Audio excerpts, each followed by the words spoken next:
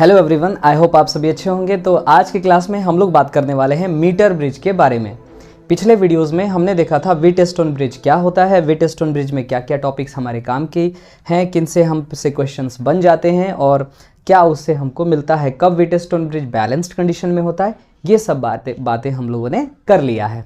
क्या बोलने जा रहा था मैं, फिर भी आज की क्लास में हम लोग बात करेंगे मीटर ब्रिज। तो मीटर ब्रिज क्यों यूज़ करा जाता है? मीटर ब्रिज जनरली यूज़ करा जाता है अननोन रेसिस्टेंस को पता करने के लिए। खैर वो तो काम व्हीटस्टोन ब्रिज से भी हो जाता था, पर यह भी एक डिवाइस है जो हमको एक अल्टरनेट वे देती है जिससे हम अननोन रेसिस्टेंस पता कर सकते हैं, और साथ ही साथ इससे हम स्पेसिफिक रेसिस्टेंस भी पता करते हैं।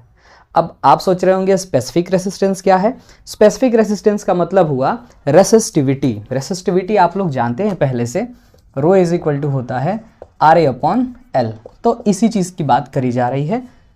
रेसिस्टिविटी का ही दूसरा नाम स्पेसिफिक रेसिस्टेंस भी होता है। खैर, तो एप्लीकेशन तो इनके दो हो गए। अब ये कैसे काम करता है? तो इसका जो प्रिंसिपल है मीटर ब्रिज का, वो भी किस पे बेस्ड है? व्हीटस्टोन ब्रिज कॉन्सेप्ट पे बेस्ड है। अगर आपने व्हीटस्टोन ब्रिज नहीं देखा है तो पहले आप उसको देखें और फिर आप इस वीडियो को कंटिन्यू करें। अब इससे पहले कि मैं टॉपिक स्टार्ट करूं, अगर आपने हमारे चैनल को सब्सक्राइब नहीं किया है तो सब्सक्राइब कर लें, बेल आइकन भी जरूर प्रेस कर लें। तो आइए आज के सेशन को शुरू करते हैं। तो आज हम लोग बात करने वाले हैं मीटर ब्रिज के बारे में। मीटर ब्रिज, मीटर ब्रिज भी क्या है? ये भी एक सर्किट है। देखने में कैसा होता है सर? देखने में ऐसा होता है सर। देखिए, मान लीजिए कि ये हमारी मेटल की स्ट्रिप्स हैं और इन्हीं के साथ एक कनेक्शन होता है। यहाँ पर एक स्केल होता है, ओके, और इसी में एक वायर लगी रहती है। जब आप जाएंगे ना सर्किट प्रैक्टिकल करने के लिए, तो वहाँ आप देखेंगे यहाँ पे बैटरी लगी रहती है, यहाँ पे की लगा रहता है, ये ऐसे कुछ बना रहता है। ओके, ये हमारा पॉइंट ए है, यहाँ पे पॉइंट बी होता है, यहाँ पे सी होता है और यहाँ पे कहीं पॉइंट डी होता है। डी को मैं ऊपर दिखा दे रहा हूँ। ओके, यहाँ से रेसिस्टेंसेज लगे रहते हैं, ठीक है, मैं दिखा दे रहा हूँ रेसिस्टेंस। ये जनरली बना रहता है मेटल्स का, और ये आपका वायर है। वायर का जो लेंथ होता है टोटल, वो होता है 100 सेंटीमीटर, ऐसे, ठीक है। एक स्केल लगा होता है 1 मीटर का, जिसके डिविजन्स 100 सेंटीमीटर में डिवाइडेड होते हैं। आप लेबोरेटरी में जाएंगे तो वहाँ आपको मिल जाएगा, फिजिक्स लैब में एक बना होता है मीटर ब्रिज, ओके। और वैसे आपको ये करना भी है इस सेशन में, 12th वाले में प्रैक्टिकल। खैर, तो यहाँ पे एक गैल्वेनोमीटर लगा रहता है और इसके साथ एक जॉकी लगी रहती है, ओके। ये क्या है? तो ये है जॉकी। जॉकी बेटा एक नाइफ एज होता है जिसको हम वायर पे टच करते हैं रख रख के, और देखते हैं गैल्वेनोमीटर की रीडिंग कहाँ पे दोनों तरफ हमको मिल रही है। जहाँ पर दोनों तरफ गैल्वेनोमीटर की रीडिंग मिलेगी उसी के आसपास हमको बैलेंस पॉइंट मिलता है, जहाँ पे गैल्वेनोमीटर नल डिफ्लेक्शन दिखाएगा, ठीक है। अच्छा, ये क्या है सर? तो यहाँ पे एक रेसिस्टेंस है, मान लेते हैं इसका नाम क्या है? इसका नाम है R। R हमको पता है, ठीक है, या R ही हमको निकालना है, और S हमको पता है। मान लेते हैं दोनों में से किसी एक को तो मानना ही पड़ेगा, कौन सा पता नहीं है। तो ये अननोन है,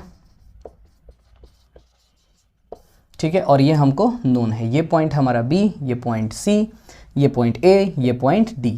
अब जब हम गैल्वेनोमीटर से कनेक्टेड जॉकी को टच कराते हैं तो हमको एक पॉइंट मिलता है D, जो यहाँ से A से कितनी दूर पे है? L पर। तो ये बाकी का डिस्टेंस कितना हो जाएगा? 100 - L हो जाएगा, ठीक है। तो ये कंडीशन है हमारा। यहाँ पे बैलेंस्ड कंडीशन कहाँ पे मिला है? D पर। अब व्हीटस्टोन ब्रिज कॉन्सेप्ट पे काम करता है, तो उसमें भी गैल्वेनोमीटर को नल डिफ्लेक्शन दिखाना था। यहाँ पर भी नल डिफ्लेक्शन दिखाना चाहिए क्योंकि B और D का पोटेंशियल सेम हो गया है। बहुत बढ़िया। अब एक चीज़ यहाँ पे आपको समझना है, R0 को ले लेते हैं, या R सेंटीमीटर को बोलते हैं रेसिस्टेंस पर सेंटीमीटर।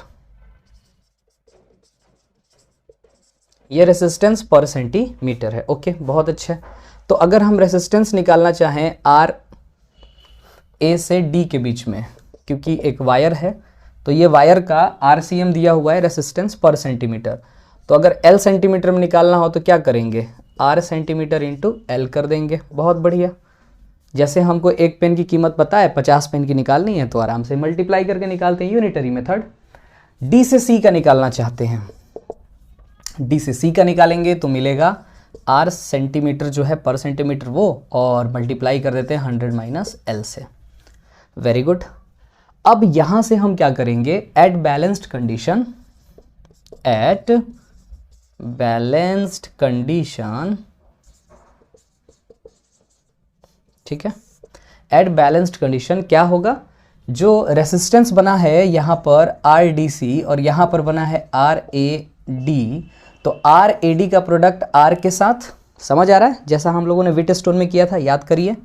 मैं थोड़ा सा आपको ग्लिपस दे देता हूँ, R1 R2 R3 R4, तो क्या होता था R1 R4 बराबर R2 R3, ये होना चाहिए ना बैलेंस कंडीशन पर, यही मैं करने जा रहा हूँ, ठीक है। तो मैं लिख रहा हूँ R मल्टीप्लाइड जा R डी सी बराबर R ए डी मल्टीप्लाइड जा S, okay. So we have to find out R. Now I am going to write down RAD divided by RDC into S. So let's putting the value of RAD. So value of RAD is R centimeter into L upon R centimeter into 100 minus L into S. So R centimeter is cancelled out. ये दोनों cancel हो जाएंगे क्योंकि same है। तो यहाँ पर जो अननोन रेसिस्टेंस था वो हमने निकाल लिया S into L upon 100 minus L से। ये जो है बच्चों, ये हमारा फॉर्मूला है जिससे कि हम R निकाल सकते हैं। अब देखिए, जहाँ पे आपने R यूज़ किया, यहाँ पर एक अगर हम वायर यूज़ कर लें, उस वायर का हम मान लेते हैं कोई वायर है हमारा, उस वायर का हम ये मेज़र कर लें डायमीटर मेज़र करने के लिए स्क्रू गेज यूज़ करते हैं। उसके बाद फिर हम एरिया निकाल लें, लेंथ निकाल लें, तो आसानी से हम रो निकाल सकते हैं, क्योंकि रो इज इक्वल टू होता है आर ए बाई एल, क्योंकि आर आप इस फॉर्मूले से निकाल लेंगे और एरिया आप निकाल लेंगे यहाँ से मेज़र करके, लेंथ आप मेज़र कर लेंगे स्केल से, तो आप आसानी से रेसिस्टिविटी निकाल सकते हैं, जिसको कहते हैं स्पेसिफिक रेसिस्टेंस। तो ये जो डिवाइस है हमारी ऐसे काम करती है, ये इसका डेरिवेशन है, ठीक है। इसका एप्लीकेशन होता है अननोन रेसिस्टेंस को पता करना और दूसरा स्पेसिफिक रेसिस्टेंस को पता करना। ये दोनों हमारे इसके एप्लीकेशन है। इसका प्रिंसिपल किस पे बेस्ड है, तो ये वर्क करता है वीटस्टोन ब्रिज सर्किट पे। ये हमारा पूरा क्लियर कॉन्सेप्ट था मीटर ब्रिज का, ठीक है। आई होप आपको सारी चीज़ें समझ में आई हैं। अगर आपको हमारा काम पसंद आता है तो आप हमारे चैनल को लाइक कर सकते हैं, शेयर कर सकते हैं, सब्सक्राइब कर सकते हैं। ऐसे ही देखते रहें, सीखते रहें, क्योंकि जब तक सीखने का जज्बा है तब तक जीतने का जज्बा है। That's all for today.